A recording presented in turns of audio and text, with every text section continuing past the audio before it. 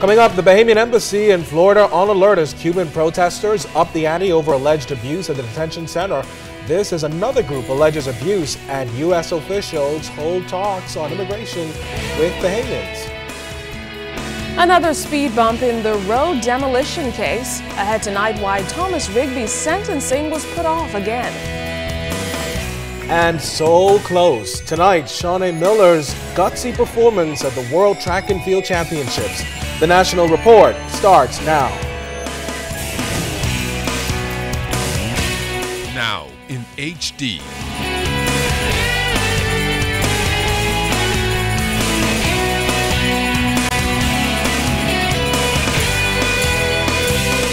ZNS Network presents The Bahamas Tonight. This segment of the news is brought to you by BTC, powered by Line. Breaking news off the top tonight. Police have just cleared the scene where a 2-year-old was killed, apparently beaten to death at the hands of the mother's fiancé. Our Fri Robinson was on the scene and she reports tonight that the police have since taken a 30-year-old male suspect into custody. A mother now has to deal with the tragic death of her 2-year-old son who was beaten to death with an object.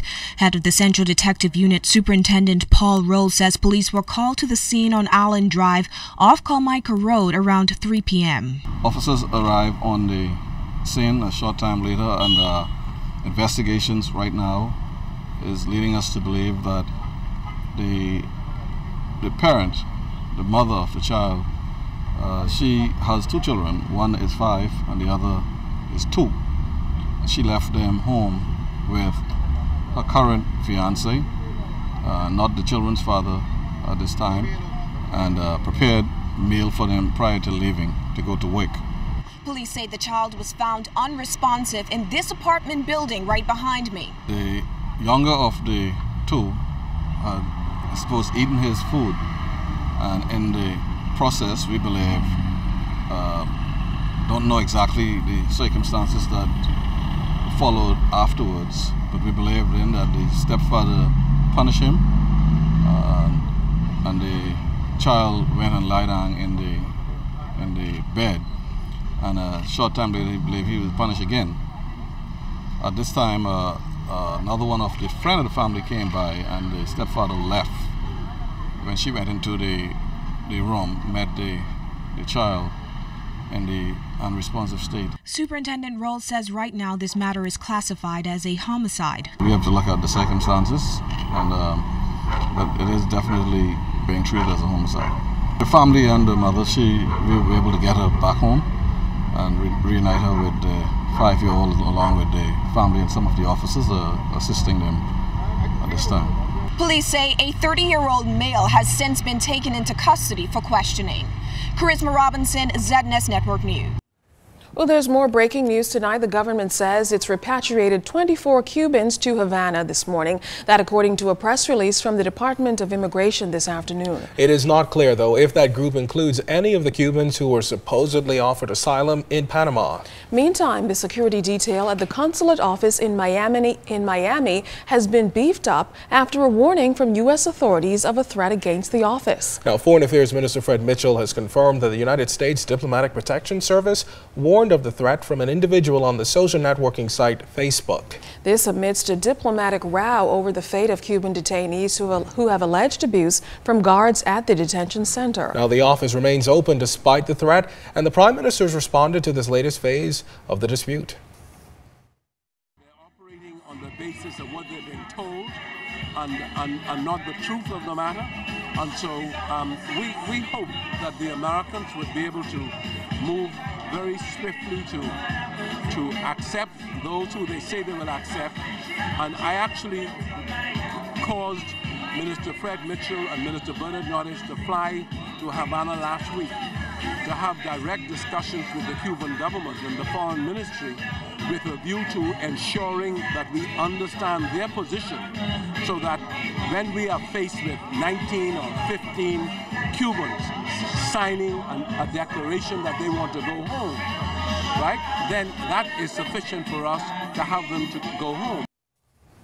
Senior U.S. government officials are visiting the Bahamas to promote cooperation and to learn more about the migration issues facing this country.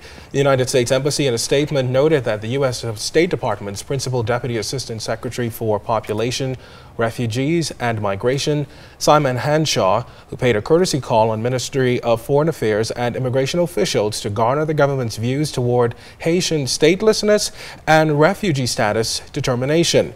The U.S. official also met with Bahamian and Haitian church leaders to garner their views on Haitian migration and how they interact with the Haitian community. A series of meetings were also held with Bahamas Red Cross officials, and the Bahamas was commended for allowing the United Nations High Commissioner for Refugees to establish a shelter for refugees here in the Bahamas.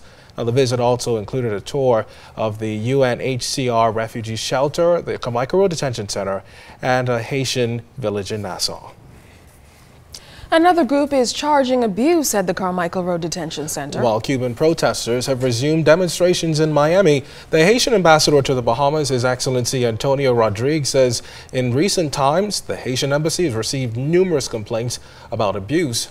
But those detainees have chosen not to take the same route as Cuban protesters. Now, Haitian Ambassador Rodriguez says the embassy has reached out to the relevant agencies to report the matters, and each time he believes an investigation was done, although he said he didn't know the outcome of those investigations.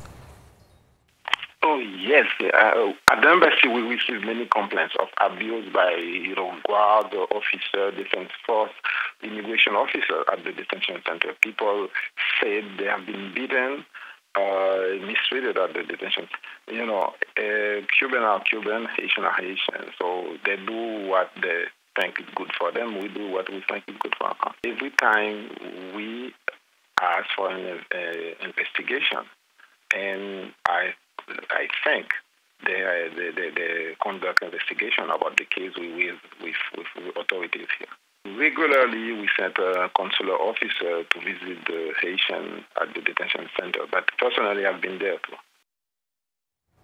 Now, in the meantime, government officials, including Prime Minister Perry Christie and Foreign Affairs Minister Fred Mitchell, have denounced again any claims of abuse at the detention center.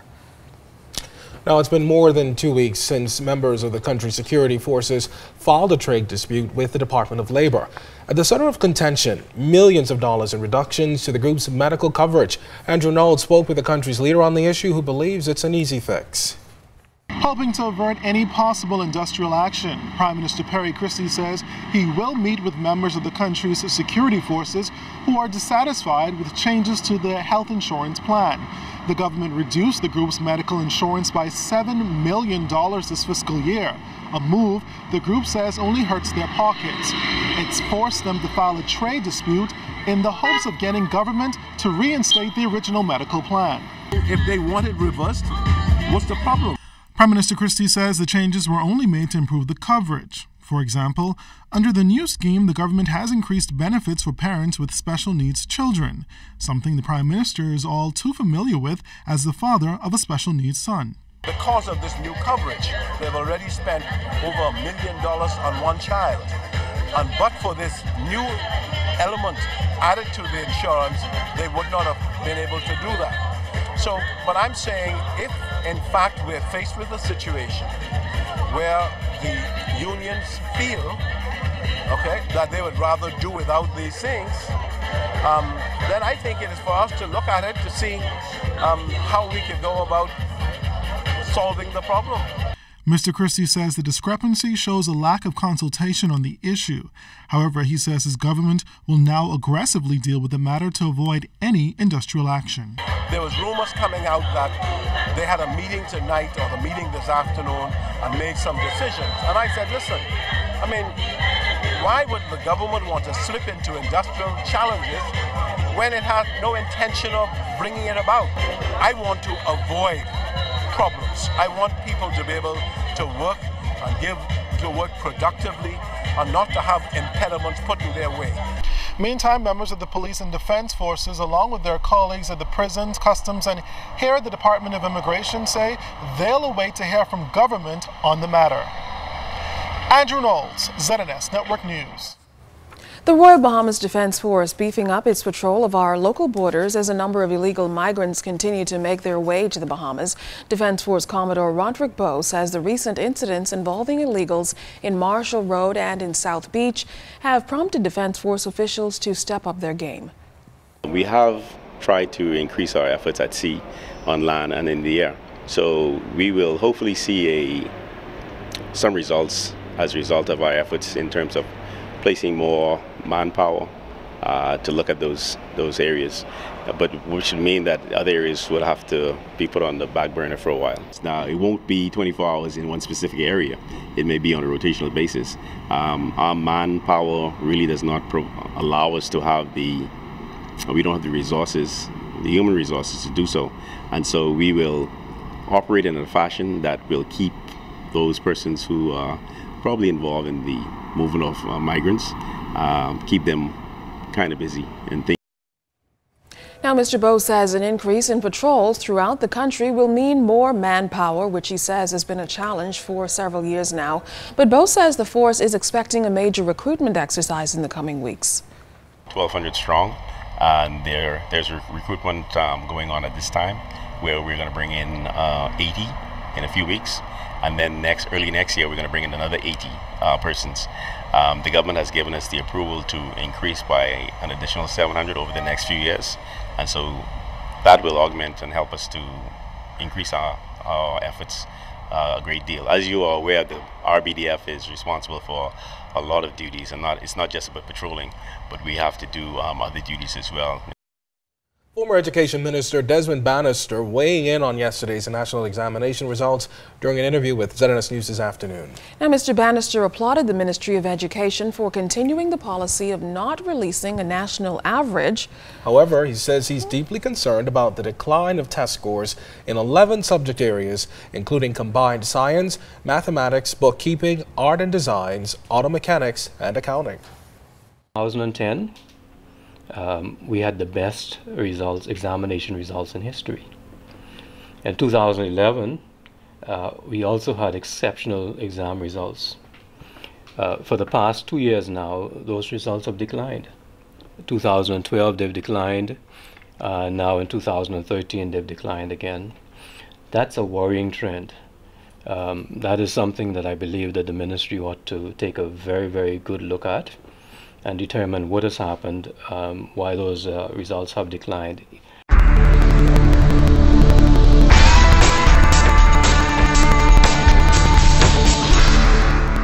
In our first look at weather, Tropical Storm Erin has been downgraded to a tropical depression and poses no threat to the Bahamas. But outside of our studios just now, we have mostly cloudy skies, temperature 86 degrees, relative humidity 71%. Your winds are out of the southeast at 8 knots, barometric pressure 1,015.7 millibars. That's 29.99 inches, and it is steady. But stay tuned. Temperatures around the Family Violence Travel and Boating forecast is still to come.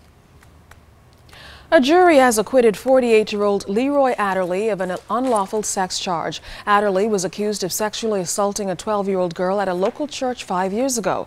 But during today's proceedings, a 6-woman, 3-man jury found him not guilty by a count of 6-3 after deliberating for just under an hour. Adderley, who appeared calm, walked out of court a free man. At the same time, the victim, now 18 years old, and her mother were not pleased with the jury's verdict and were very emotional as they left court. Attorney Ramona Farquharson Seymour defended Adderley. Ewell Johnson and Neil Brathwaite appeared on behalf of the Crown. A legal issue prevented the court from passing sentence today on the man convicted of causing $1 million worth of damage to the new road on the Airport Gateway project on JFK Drive. Vern Carey explains why Thomas Rigby is still uncertain about the road ahead. A technicality prevented the court from sentencing 54-year-old Thomas Rigby Friday morning. The married father of 2 was convicted earlier in the magistrate court after he pleaded guilty to causing over $1 million worth of damage to the new road on the Airport Gateway project, John F. Kennedy Drive. Rigby was facing up to 5 years in prison. However, the magistrate referred the matter to Supreme Court for sentencing in anticipation that Rigby would get a longer sentence. But the matter did not go as anticipated during today's proceedings in Supreme Court. That is because Senior Justice John Isaacs was unable to sentence Rigby after Crown Prosecutor Anthony Delaney explained that Rigby was charged under the wrong section of the Penal Code. He then made an application for the charge to be amended to reflect the correct section of the Penal Code so that Rigby could be sentenced. But Justice John Isaacs was unwilling to do that, explaining that a process has to be followed on an indictable charge.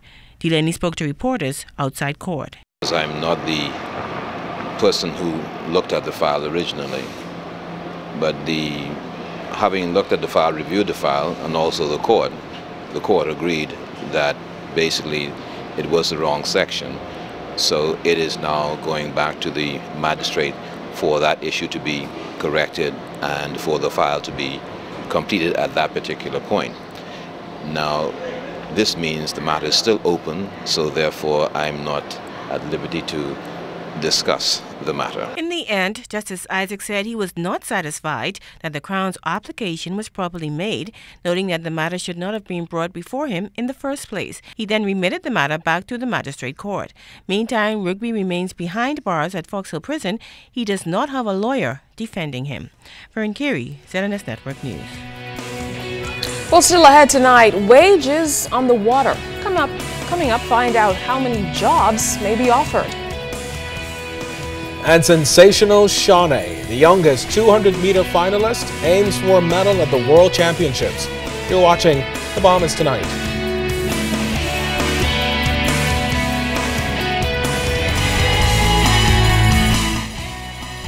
This portion of the news is brought to you by Shell Helix Ultra. Performance you can see.